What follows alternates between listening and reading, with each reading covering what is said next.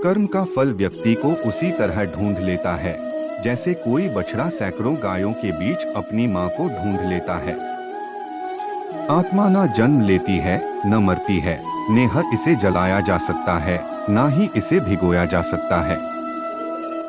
आत्मा अमर व अविनाशी है।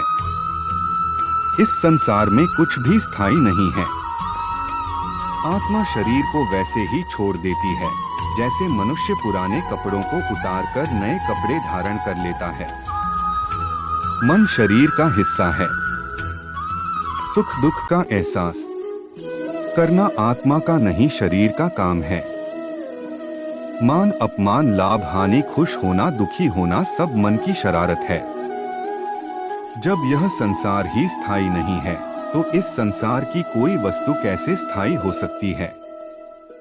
भगवान कृष्ण को भगवान विष्णु के 8वें अवतार के रूप में और अपने आप में सर्वोच्च भगवान के रूप में पूजा जाता है। वह करुणा, कोमलता, प्रेम के देवता हैं और भारतीय देवताओं में सबसे लोकप्रिय और व्यापक रूप से पूजनीय हैं। उन्होंने हमें जीवन, प्रेम, खुशी, धर्म, मोक्ष, मुक्ति, श्री कृष्णा के अनमोल वचन, वह सब कुछ करो जो तुम्हें करना है, लेकिन लालच से नहीं, अहंकार से नहीं, वासना से नहीं, ईर्ष्या से नहीं, बल्कि प्रेम, करुणा, नम्रता और भक्ति के साथ भगवान श्री कृष्ण इस अनमोल वचन के माध्यम से कार्य करने की नियत का उल्लेख करते हैं। जब किसी भी कार्य करने में अगर लालच होगा, बेईमानी होगी, जलन होगी तो वो काम न तो सही होगा और नहीं उसके परिणाम फलदायी होंगे। इसके अतिरिक्त जिस कार्य को हम पूरे मन से प्रेम पूर्वक करेंगे तो वो न सिर्फ हमारे लिए बल्कि समाज के लिए भी हितप्रद होगा। जो व्यक्ति कामी प्रवृत्ति का होता हो, जिसके मन में लोभ होता है और जो अत्यधिक क्रोधी स्वभाव का होता है, उसके लिए नर्क के द्वार सदैव खुले होते हैं। अर्थात ऐसे व्यक्ति को तो सिर्फ नर्क में ही जगह मिलती है। भगवान श्री कृष्ण ही इस सृष्टि के पालनहार है। वही इस संसार की शुरुआत थे, वही मध्य और वही अंत होंगे। जो आप जो चाहते हैं उसके लिए नहीं लड़ते हैं तो जो खोया उसके लिए मत रो। मनुष्य सब कुछ चाहता है पर सब कुछ उसे नहीं मिल सकता। आपको जो नहीं मिला उसके लिए पश्चाताप मत करो और जो आपसे खो गया, जो आपसे अलग हो गया, उसके लिए निराश भी मत हो। मैं सभी प्राणियों के हृदय में स्थित आत्मा हूँ। मैं सभी प्राणियों का आदि, मध्य और अंत भी हूँ। हर व्यक्ति श्री कृष्ण से जुड़ा है और श्री कृष्ण हर व्यक्ति से जुड़े हैं। वही हमारे आदि, मध्य और अंत है। भाद्रपद कृष्ण अष्टमी को श्री कृष्ण जन्माष्टमी कहते हैं क्योंकि यह दिन भगवान श्री कृष्ण का जन्म दिवस माना जाता है। इसी तिथि की घनघोर अंधेरी आधी रात को रोहिणी नक्षत्र में मथुरा के कारागार में वसुदेव की पत्नी देवकी के गर्भ से भगवान श्री कृष्ण ने जन्म लिया था। यह तिथि उसी शुभ घड़ी की याद दिलाती है और सारे देश में बड़ी धूमधाम से मनाई जाती है। जन्माष्टमी के दिन भगवान श्री कृष्ण की जन्म संबंधी कथा भी सुनते सुनाते हैं, जो इस प्रकार है। द्वापर युग में भोजवंशी राजा उग्रसेन मथुरा में राज्य करता था। उसके आत्ताई पुत्र कंस ने उसे गद्दी से उतार दिया और स्वयं मथुरा का राजा बन बैठा। कंस की एक बहन देवकी थी जिसका विवाह वसुदेव नामक यदुवंशी सरदार से हुआ था।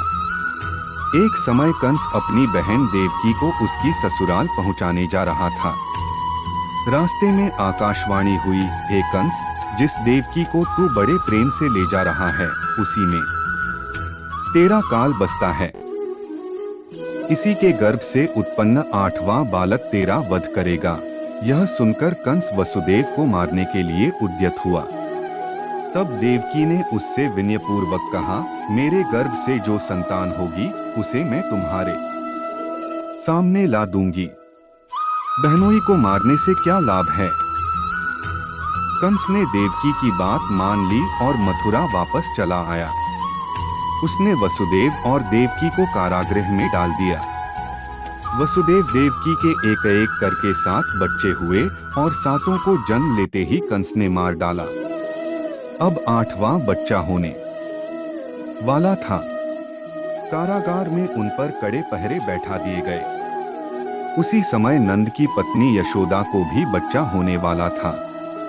उन्होंने वसुदेव देवकी के दुखी जीवन को देख 8वें बच्चे की रक्षा का उपाय रचा। जिस समय वसुदेव देवकी को पुत्र पैदा हुआ, उसी समय संयोग से यशोदा के गर्भ से एक कन्या का जन्म हुआ, जो और कुछ नहीं सिर्फ माया थी। जिस कोठरी में देवकी सुदेव कैद थे, उसमें अचानक प्रकाश हुआ और उनके सामने शंख, चक्र, गदा, पद्म धारण किए चतुर्भुज भगवान प्रकट हुए। दोनों भगवान के चरणों में गिर पड़े। तब भगवान ने उनसे कहा, अब मैं पुनः नवजात शिशु का रूप धारण कर लेता हूँ। तुम मुझे इसी समय अपने मित्र नंदजी के घर वृंदावन में भेज आओ और उनके यहाँ जो कन्या जन्मी है, उसे लाकर कंस के हवाले कर दो। इस समय वातावरण अनुकूल नहीं है, फिर भी तुम चिंता न करो। जागते हुए पहरेदार सो जाएंगे, कारागृह के फाटक अपने आप खुल जाएंगे और उफनती अथाह यमुना तुमको पार जाने का मार्ग दे देगी। उसी समय वसुदेव नवजात शिशु रूप श्री कृष्ण को सूप में रखकर कारागृह से निकल पड़े और अथाह यमुना को पार कर नंदजी के घर पहुँचे।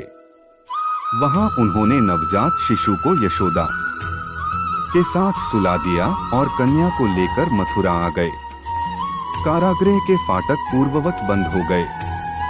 अब कंस को सूचना मिली कि वसुदेव देवकी को बच्चा पैदा हुआ है। उसने बंदीगृह में जाकर देवकी के हाथ से नवजात कन्या को छीनकर पृथ्वी पर पटक देना चाहा, परंतु वह कन्या आकाश में उड़ गई और वहां से कहा, अरे मूर्ख, मुझे मारने से क्या होगा? तुझे मारने वाला तो वृंदावन में जा पहुंचा है। वह जल्द ही तुझे तेरे पापों का दंड देगा। यह है कृष्ण जन्म की कथा।